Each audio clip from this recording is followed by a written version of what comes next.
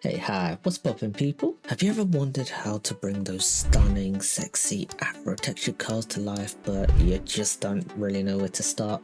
Well, don't you worry. Today, I got you covered. I've got some game-changing tips and tricks for drawing Afro textured hair that will make your artwork pop. By the end of this video, you'll learn a variety of ways to design and paint Afro textured hair that will hopefully take you from something like this all the way to this.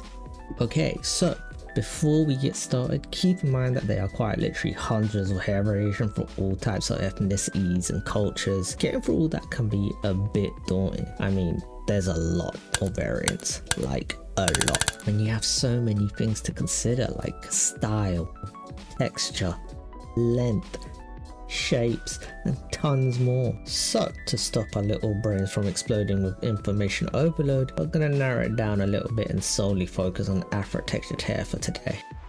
With that being said, let's crack on. First things first though, I would strongly recommend getting reference for this entire process where you need it, unless of course you've been gifted by the art gods that can conjure up a masterpiece from memory like it's nothing. Seriously, how are they so good? For the rest of us art peasants, we're gonna stick to using references as a holy grail. Alright, that's enough yapping. Let's start with step number one, which is shape. Think of the shape as a blueprint when designing hair.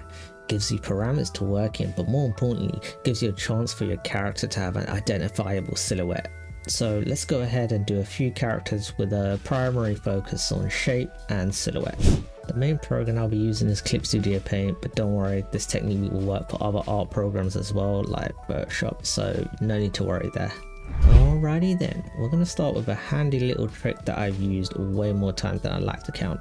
So what you want to do is go over to your airbrush tool. Pretty much every digital drawing software will have this. It's usually in the basic standard brush setup.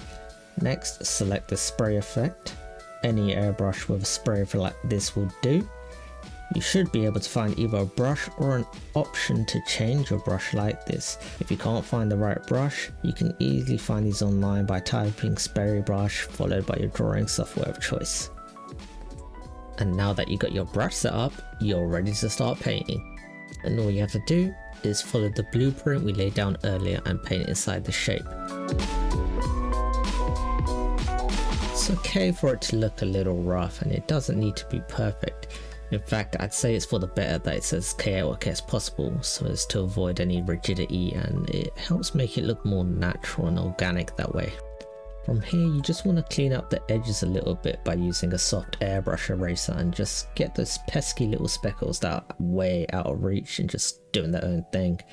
Yeah, get them out of it. Now for the hairline and sideburns, it's pretty much the same thing. You kind of just want to go and follow the blueprint and ensure it's erased to fit the framework you laid earlier. And look at that. Already looks great, right? Well, yeah, kind of, but it could be better. So let's get a little close and personal. From here you'll want to grab a small, thin, hard, round brush. Here I'll be going into the hair and adding minute details where I can to add more variety and texture to the hair. Don't forget that Afro hair also has a natural texture and sometimes exhibits frizz or flyaways. We'll be incorporating those little details into our artwork too. By using a hard small brush, we can strategically add tiny strokes here and there to bring that realism to life.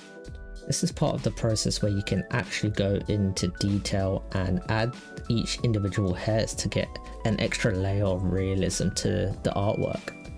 The key lies in capturing the tight, coiled curls and the volume they bring. It's important to remember that every strand has its own beautiful rhythm and shape, meaning that repetition is your enemy and variety is your friend.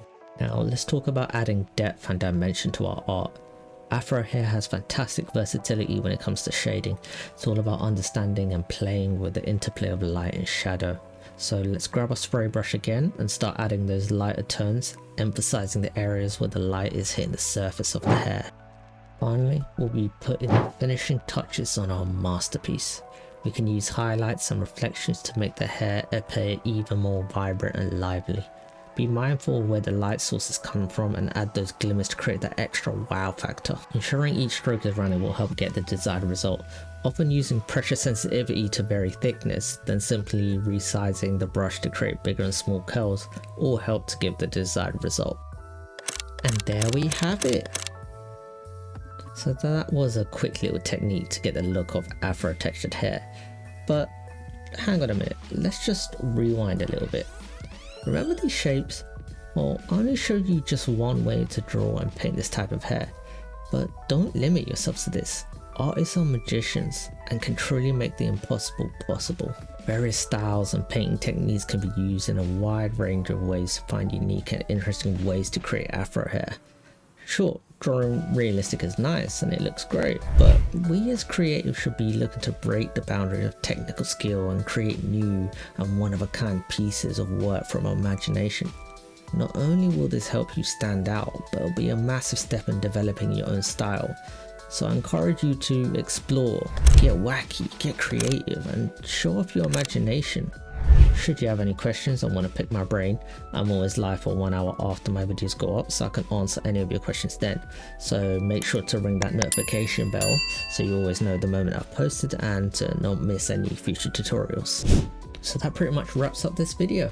I hope you found this video helpful and inspiring. If you enjoyed it, I'll be much obliged for you to leave a like, subscribe, and share to anybody you know that might benefit from this. And as always, keep exploring, keep creating.